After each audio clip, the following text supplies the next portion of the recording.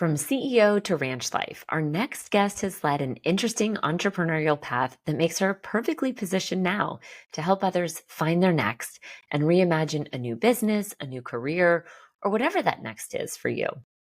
Cindy Carrillo has been a successful businesswoman for over 40 years, started several of her own businesses, most notably as the founder and CEO of Work Options Group, a leading backup care company serving over 1 million employees of Fortune 500 businesses throughout the US. Impressive. After a successful 20-year run of building a solid organization with over 100 employees and A-list clients, Cindy successfully navigated the sale of her company.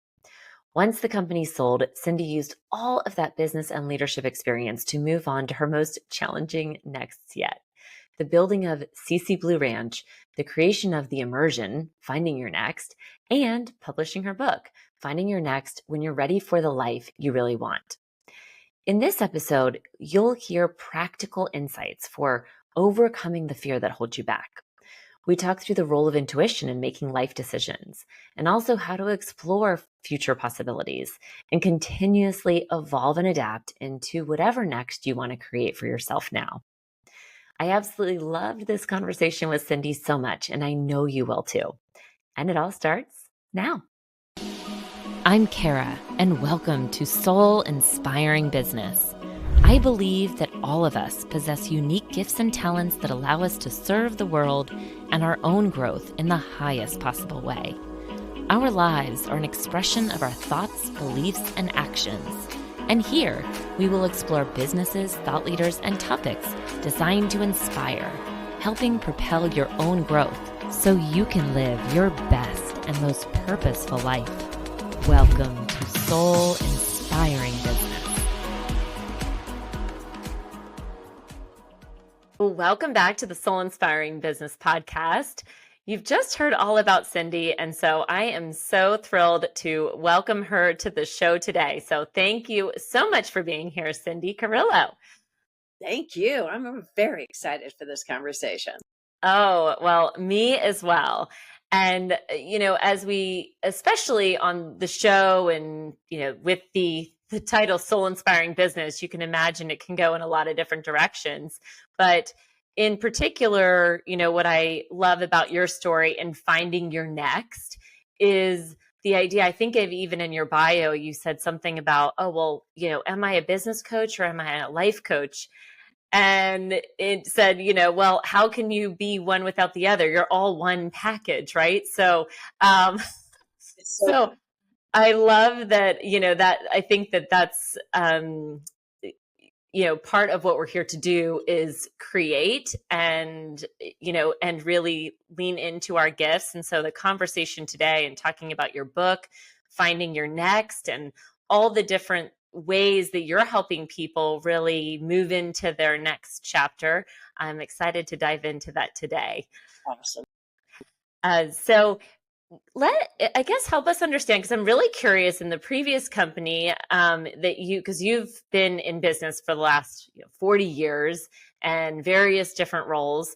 Your previous company that you sold back in 08, 09, what was the evolution of that? I'm actually just curious, how did you come up with that idea and what did that look like in terms of growing and starting that business? Great question. I'll try and think way back to the late 80s when I started the company, not to date myself too much, but as in, I started the company like so many people go into business because there was a problem and I was trying to solve a problem. And I personally was dealing with some of the problems when I was working for somebody else and I had young children and one of them would get sick and I would be forced to stay home, forced in a lovely way to take care of my babies. But I would miss work. And I would really struggle with that. How do I do both? How do I take care of the family that I have and meet my work responsibilities? And that was at a time where remote work did not exist. The internet did not exist. Really dating myself here. But the problem was really, what do we do? And employers were really struggling with the idea of employee absenteeism and this sort of work-life balance that was really being coined back then. And I thought there's got to be some solution here to helping working parents. And I will say at first it was a woman's issue because Mhm. women were entering the workforce, so companies were starting to pay attention to family needs a lot more. But what do we do when there's a breakdown in your ongoing caregiving? And back then, the focus was on childcare because there was a real void in the community for any kind of backup care services. And so I thought, oh, I could fix that and fix my own problem at the same time, and came up with the idea of a backup care program, but didn't want to really do it in a small way. I wanted to do it in a little bit bigger way. And I had very little experience in business and running my own business. I had gone back to grad school. I got a master's in social work of all things and thought, oh, that will be good for running a business. Where did that come from? And decided to start my own business to solve the problem of helping people who had breakdowns in their caregiving, starting off with childcare, expanding into adult and elder care. At one point, we even did pet care, and Mm. ended up growing this business over the course of 20 some odd years, where we ended up becoming a national company, developing a national network of home healthcare providers and childcare centers. We had a 24/7 call center, and we would place caregivers into the home or families into childcare centers when they had a breakdown in care. And we sold the benefit, I like to call it a boutique benefit, to corporations. And Mm. by the time that we sold the company, we were servicing over 1 million lives nationwide and had clients like Comcast and Microsoft and Princeton University and the Mayo Clinic and on and on and on. All the employers who really wanted to offer their employees a real, meaningful kind of work-life balance program. Mm. I love hearing stories like that too that start with because it all starts with an idea, right? And then it's about taking action on that and then putting the pieces together. I mean, but I think that fear sometimes would hold a lot of us back, right? I mean, how many times have we said, well, I could have invented that, you Yes, know, yes. but you didn't because you didn't take that right the next step, but you did. You saw a gap and a need and took action on it.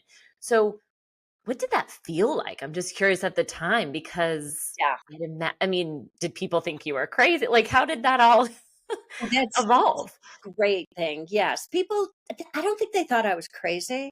They thought it was kind of cute and adorable. Hmm. Oh, look at her. She's going to do this like kids program. She's going to open up a daycare. I don't know what they were thinking.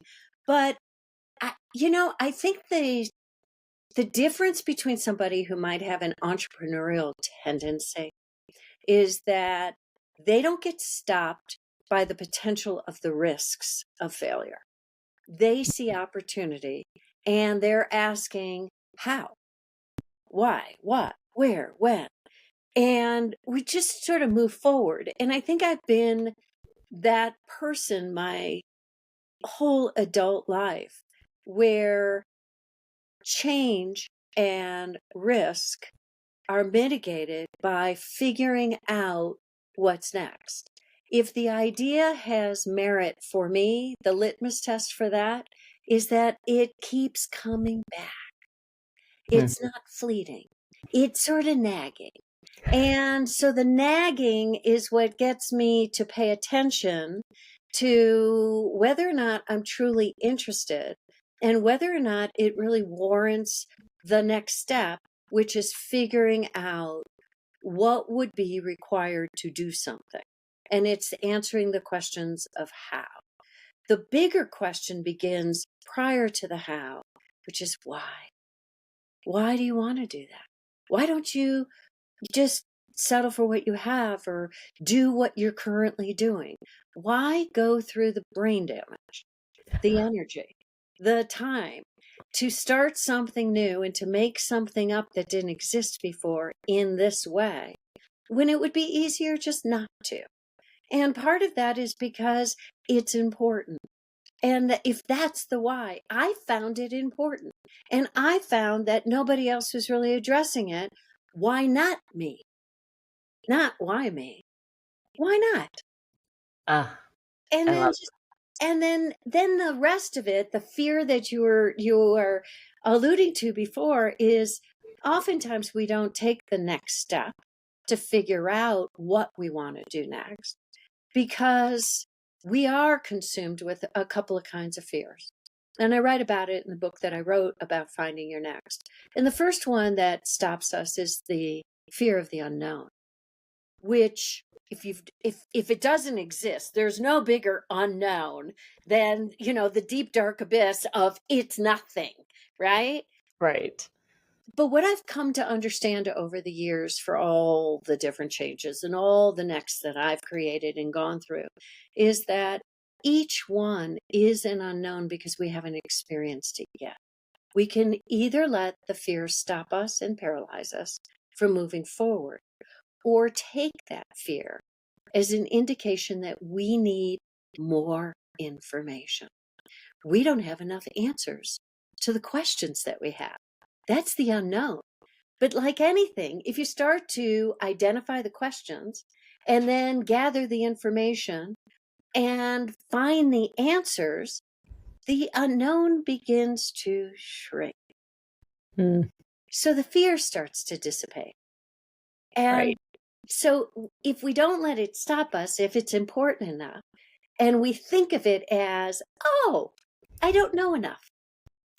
I'm interested. I think it's important. I think I'll go figure this out. I think I'll go dig just a little bit deeper and see if I'm still interested. See if it excites me a little bit more. The Hmm. other fear that can stop us sometimes is the fear of failure. What if I don't get it right? What if I make a mistake? What if I lose everything? Oh my goodness. And those fears, oh man, those can stop us in our tracks. So I kind of don't believe that failure is even a thing if we learn, Mm, right? yeah. So I've had the fear of failure get in my way a few times. And the only way to break through it was for me to ask myself, first of all, what's the worst that can happen? So people are going to make fun of me, or they're not going to like what I do, or it didn't work, and maybe I'm going to have to do something else. So short of death and maiming, I'm pretty good. I can probably figure it out. So really, is there failure if we do anything and it doesn't work? If we learn, if we grow, if we've experienced and we take it with us and we don't do that again, there's no failure. So, Yeah. so why am I afraid of it? Perfect. Yeah. Well, and I think one of the things that, you talk about, you were just talking about kind of that feeling inside, like the thing that you can't silence. It keeps kind of nagging, I think, as you described it, right?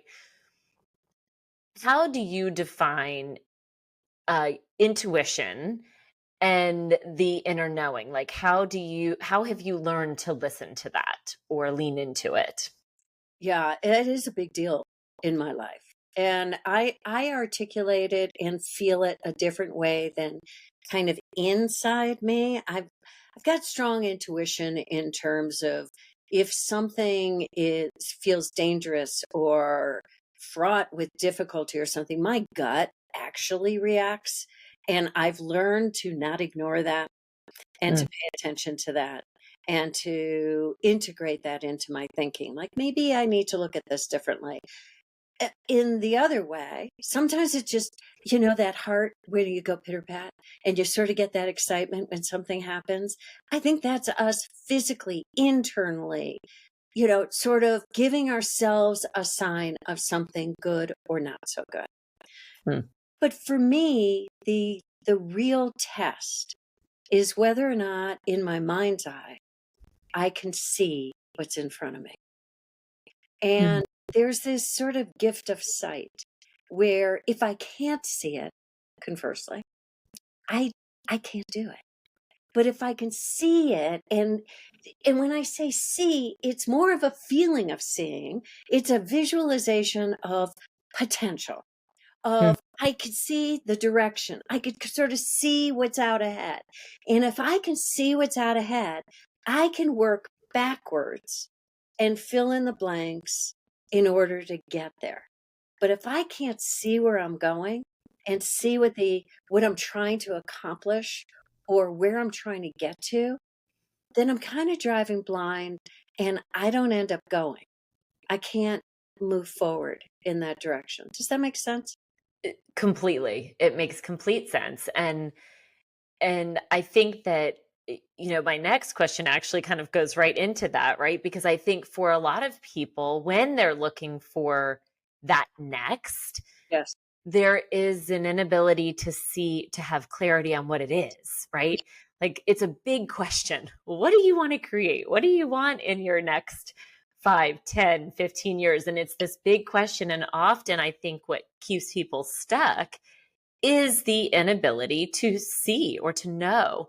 Yes. So, as you help people really identify and find this next, what how would you answer that for somebody to help somebody find clarity?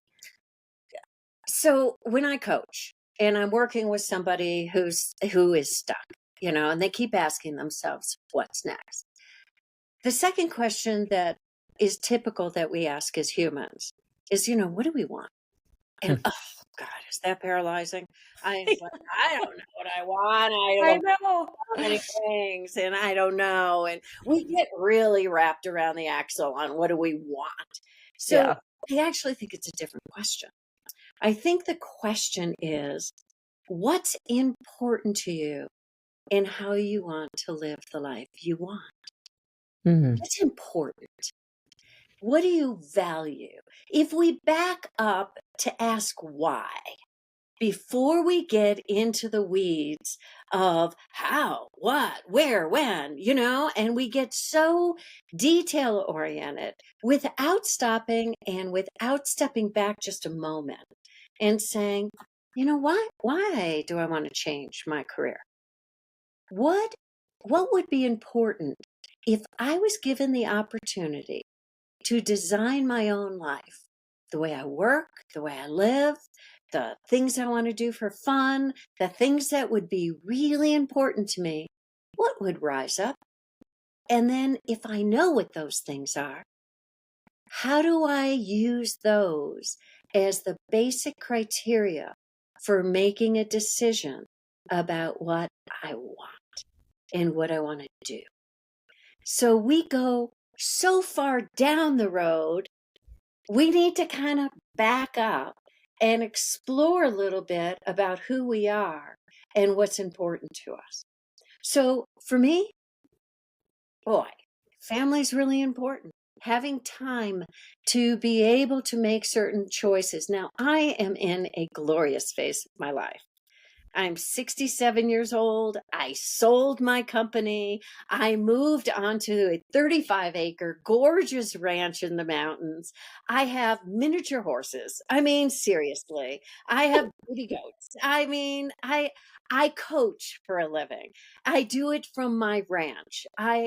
I've been blessed and set it up in a way that is just glorious, and I'm living the life that I want. That was not always the case in terms of how decisions were made. Oftentimes, we get into a place, me as well, where momentum kind of takes us along, circumstances kind of dictate where we are. All of those things are real. Mm. Family needs, personal needs, extended family needs, financial needs. So I'm not talking to people when I coach up in the sky, in the clouds, woo wooville of, open yourself up to the universe and what will be and come to you. I get really real. about the life you want to design so that you can plan for it, you can earn for it, and you can set it up so that you're driving, not the Mm, stream that you're in. You're intentionally driving your life. mm. That's so good, because I think that, sometimes it's easy to say, oh, well, you listen to a lot of law of attraction and manifest and just, create, but like la la la. And so it just makes it seem like so Pollyanna, It does sometimes, you doesn't know? it? Yeah. And so, but like really taking it back and looking at, okay, well, what are the ways that I can still feel into what I want, but Yes. but integrate phases of life and the other things, right? The other pieces. We got to be real about the decisions that we make. And Mhm. when I say back up and, ask yourself why and what's important to you, there's the aspirational why and what's important to you. And there's the I'm in this place and time, and here are my real circumstances. Where's the delta there? What has to be done to get you from point A to point B? And a lot of times what happens is when we're stuck, we can't see the B. Mm, We can't see the jump forward. We don't deserve it. We don't believe it. We don't trust that it can happen. So we kind of hold back, right? Because right. quite frankly, I don't want to get disappointed. And what if I can't do it? So Hmm. we hold ourselves back. So I'm kind of in the business of as a coach of being the optimist in the room, of being the one who says, "What about the possibilities? What if you've been looking this way?" I'm in a swivel chair, so this is great. So I'm looking at the left here, right? And what if I've been looking towards the left my whole adult life in making choices because I think that's what I should be doing, but I'm kind of not thriving. What if we just swivel that chair just a little bit and we're looking just a little bit in a different direction? Now, maybe we're opening up our peripheral vision a little bit more to the possibilities, to areas that we can focus on because they're important, where we deserve to thrive. Hmm. And when you're helping people explore this, because I love this conversation so much, how do you help them tap into their soul gifts and the things that are uniquely theirs? Like, is there a process you use, or, you know, Yeah. how do you help them shift? It is a shift, and I appreciate the language. Well, two different ways. So I Mhm. coach in two different ways. I coach through Zoom with business leaders and people, mostly people who are working or trying to figure out different ways to work or run their businesses or whatever.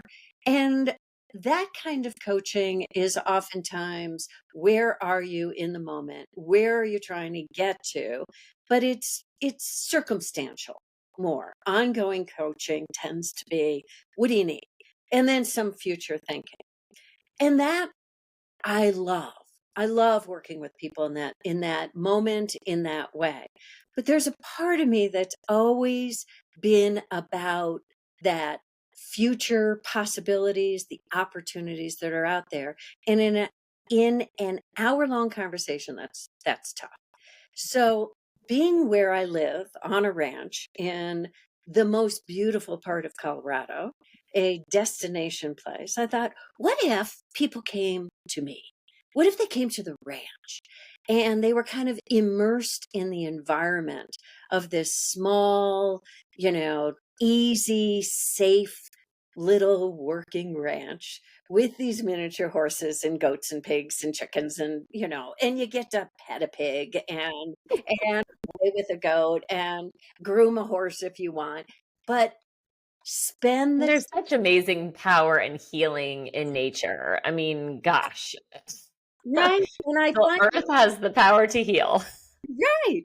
And I find that with sometimes for transformational change, for the shift to happen, We have to actually get out of our current reality with all the pressures and all the pulls and all the tugs that are happening in our life. So people come to the ranch and they come for 2.5 days and we pamper them and I coach Mm. and we spend really meaningful time together.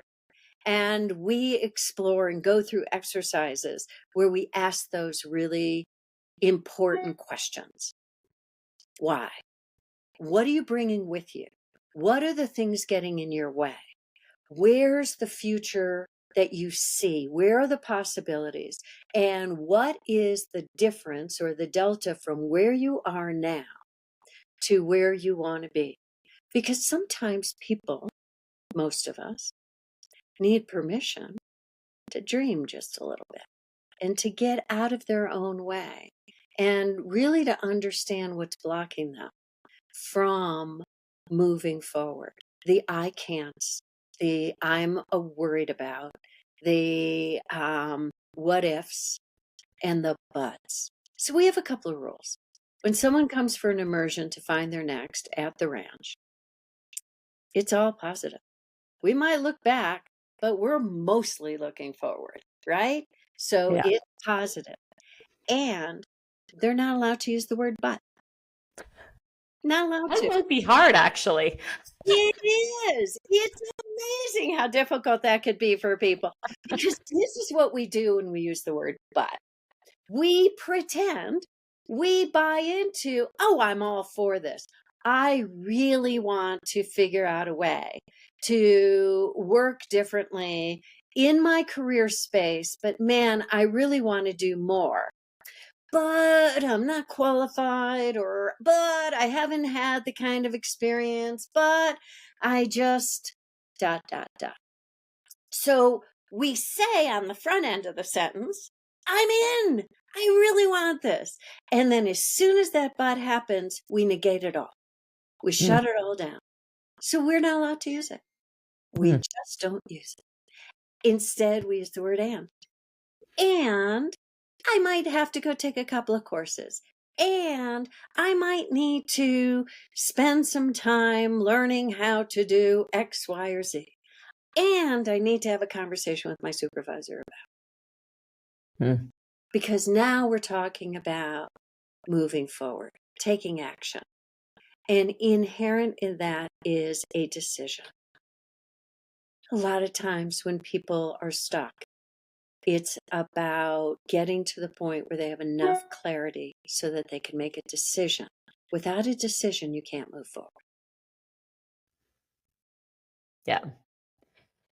And I think what, you know, really, when you talk about a good coach and somebody helping you through this type of transition or shift, the answers are often within us. It's Oh, just that a good coach is able to help pull out the answers and give permission to dream, yeah. give permission to say, yes, Yes. yes. And I want it to be kind of a hard yes. I want the bar to be higher. We sometimes, right, as humans, we just sort of go, it's okay. It's fine. I'm going to compromise me always. I'm just going to just let it go. And I'm like, no, no, let's hold our bar. Let's at least identify what the criteria is that's going to be the life we want, right? And let's really look at what those things are and what they mean. What are the words? How do they apply to your life? How important are they? And if you're willing to compromise, I want you to do it intentionally. And I want you to do it because circumstance dictates it, not because you're giving up on yourself. Hmm. I want the bar high, which means that if you're looking for a new job, if you're looking for a new path, if you're trying to figure out if this is the person who should be in your life, then check the boxes because they're your boxes. So don't give up on yourself. Know what's important to you, check the boxes, and make the yes harder to get to. Make the no, it's not right, easier. Mm. because we tend to say yes too often and give up on ourselves. Mm. So good. Well, I want to know how you found this land and this vision, because what you're creating, and I have to say, I went through your gallery online and looked at all the pictures and looked at it looked like your partner Matthew is the chef Yeah. and cooking with all this amazing, source vegetables and everything from the land, and I'm like, gosh, sign me up. uh, so, how did and I'm a big believer too. I mean, I'm in real estate, right? So I believe that land calls you to it. So I'd love to hear the story of how you found this ranch, and what did that vision look like when you were finding your next and you sold your company? Yeah. How did that come about? Well, the world was my oyster, right? I was like a little overwhelmed and a little paralyzed because my kids were grown. And it was like, oh my goodness, I just sold a company. I don't have a job, right? What? And I fell into the what do I want paralysis. And I remembered,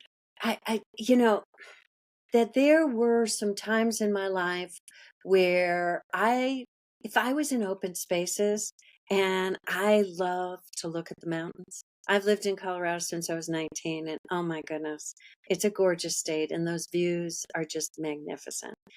So I kind of was playing with it at first. When I sold the company, everybody was asking me, what are you going to do next? What are you going to Right. do? And I had no idea. So at first I said, you know what? I think I'll retire and what else is to answer? I was 54, 55 years old. I wasn't done. I would put air quotes around the word retire because it clearly didn't mean anything to me, but I didn't have anything else to say.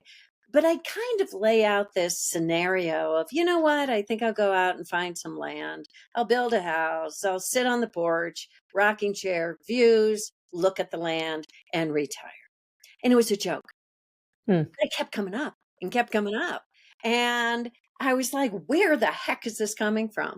And I thought back and I realized that when I was 19 and moved to Colorado, I got in the car with my best friend Nancy and drove through the state on a road trip because we wanted to explore, and got down to the southwest portion of the state to a little town called Ouray that is surrounded by the most beautiful mountains. They call themselves the little Switzerland of America. So you can only imagine. Oh, Oh, wow. yeah. And Yes. it lives up to the name. I was blown away. And I remember like just being so filled with this awe and this wonder about this place, and the people lived in this place. And I remember turning to Nancy in the car and saying, I don't know. I don't know when. I don't know how. I don't know if it's ever possible, but one day, man, I'm going to be down here and I'm going to live in a place like this. Hmm. And I started to kind of revisit that dream. It kept coming up. And I thought, well, why not? Why not go to that area and see if there's a possibility? So I hired a friend who was a realtor and said, find me a place. And it was 2009 when we started looking. And as you well remember, I'm sure, the real estate market had tanked Oh, yeah. and plummeted. And I'll tell you, it was the most fortuitous time for me because nothing was selling in the area. And I looked at a bunch of properties and really stumbled onto a great deal with 35 acres of usable pasture land with a stream running through the back end of it. And I stood on this property and I'll never forget it. I looked out at this pasture with this view just looming up in the distance, and I could see it. I couldn't see the barn and the house, and I couldn't see the specifics. But what I could see, what I could feel is that this place was magical. This Hmm. place was someplace to share. That if I stepped into this next on this land that I could almost hear people laughing. I could see people gathering. I could feel the joy and the potential and the future that this land could provide for me.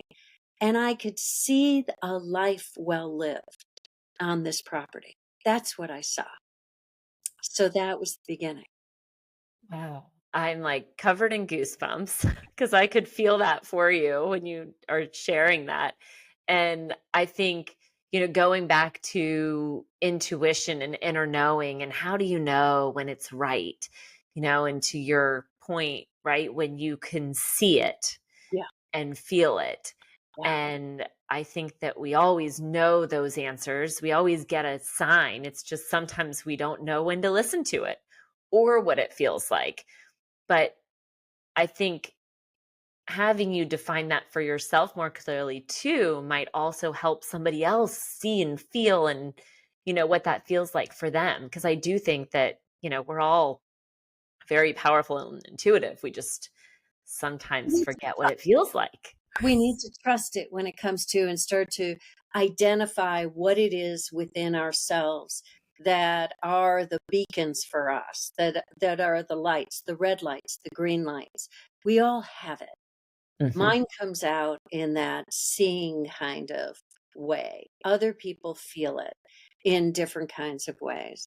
You know, from that moment, it gave me the strength and the conviction, the clarity to make the decision to move forward with it. But then the real fun began, and that was the design. And that did require some stepping back at that point to say, what's the life I want? So what were going to be those check marks that I would use to make the decisions about what kind of house did I want to build? Where did I want animals? Did we want to grow our own food? Sustainability was a really big thing. Like we wanted a sustainable lifestyle with sustainable energy. We've got a windmill that runs and a wind turbine. We've got one of the largest solar systems with a backup. I wanted to live that life. Mm. But I'll tell you, I still go to Target. I mean, I'm not homesteading. I'm still a princess. I like to be kind of stuff. And, and I had to get really clear and comfortable on, look, I used to joke that, I wanted sort of a little house on the prairie kind of a homesteading thing. But then I thought, no, kind of country-ish. Yeah, I just, and, and I leaned into what that meant and started to define what that meant because that gave me parameters and that helped us way through the process, all the way through the process. And we're still creating it. We're Mm. still thinking because at every step of the way, you learn, you grow, and then you figure it out. You make mistakes. Oh gosh, we've made so many mistakes. I can't even begin to tell you. But that was the fun of writing the book because the book is the story of creating the ranch, going from being a CEO of a company to becoming a ranch girl was not an easy nor an overnight thing, nor was building my company. It Right. sounds like, oh, she just started it and then did it, and now this is where she is. There's a lot of stuff in between, and that's called life. Yeah. And I love that you share and how you explained it. It's really a continual expansion, Yeah. right? You're growing, learning. To your point earlier, are there failures when it helped you learn where you were meant to be in the next phase, right? So it's all a continual evolution into, I mean, gosh, I'm sure who knows where you'll be in 5, 10 years. And I like, can't wait. You know, that's kind of the thing too, is like I hope for people that in working with them as a coach and writing the book and doing the immersions, it's about helping people understand that the process is repeatable and that I think we all want many nexts. Mhm. Otherwise, we're done. And that's not pleasant. So I don't know where I'm going to be in 5 or 10 years. I can't wait to figure it out. I'm looking all the time for what's next because I want to keep evolving. And I'm not alone. I think we all want to do that. We just sometimes get stuck in knowing how to proceed. And we think that it's unique each and every time. The circumstances are unique.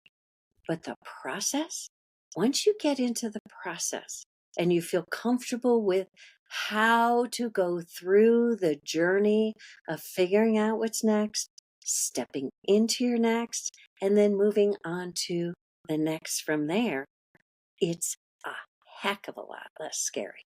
Mm. I love it. Yes, yes, stepping into your next evolution. So, thank you so much. I have loved this conversation. I know that our listeners are going to get so much out of this as well, and you're just a joy and, kind of radiate. If people watch this on the YouTube, they'll see you and see your smile and how much you radiate positivity and possibility, and expansion. So, thank you for sharing your story and all that you're doing, and help our listeners understand how could they learn more about you, or where is the best way to find you if they wanted to reach out for either coaching or an immersion or what have you. Thank you. So, finding your next is my thing, but it's finding your next with next spelled capital NXT.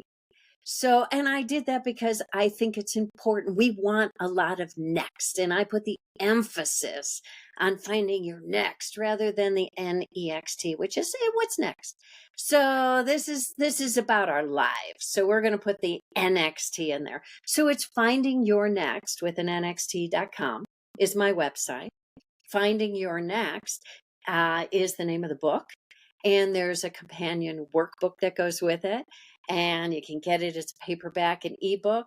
And I just recorded the audiobook, which was another next for me, which was so exciting and so much fun. And so, all about my coaching and whether or not it's coaching the hourly kind, just to get people from point A to point B in their business or their work or their lives. And then there's the immersion to find your next at the ranch, which I hope people will look at because it's such a good experience. Mm. Well, like I said, I mean, please go to the website and look at this incredible setting. It is just stunning. Thank you. Yeah. So, and we'll make sure to put those in the show notes as well. And I forgot, I do have one more question for you. So Sure. you're not off the hook yet. um, so I always like to know where you find inspiration and creativity. Do you have a morning routine or a process or some place of coming to center for you? What does that look like? It's a great question. Um, I do like some alone time, whether or not it's walking on the property, it's spending some time going to the barn and just hanging with the goats. It's it's weeding in the garden. Whatever I can do where I'm a part of the world in which we live and I'm getting that fresh air, I'm getting that light. I can I can listen and I can hear things that are happening. It just declutters your brain. Mm. It just declutters your brain. But I'll tell you, the most inspiration that I actually get, that's where my ideas come from, is out in the world by myself. It's the connections with people. It's Mm. the conversations like this. It's my clients, it's my kids. It's the people who are in my life where we are just talking through everything. There's nothing more inspirational to me than those connections. Mm. The curiosity, right? The curiosity of what's drives someone, or just having those kind of conversations. I agree. Yeah. Um, well, thank you for sharing. Like I said, it's been a real joy. And I just so appreciate your time and you being with us today. Thank you so much. This has been just a pleasure. Thank you. Thank you. Loved being here with you today and would love to connect with you more over on Instagram. My handle is linked to the show notes, or you can just type in @Chaffin Donofrio. And I have something special for you as a free gift, my Dynamic Life Journal. This special book has the power to really help you live a soul-inspired life. Go to freegiftfromkara.com. Easy to remember, freegiftfromkara.com. Until next time, beautiful people, sending all my love.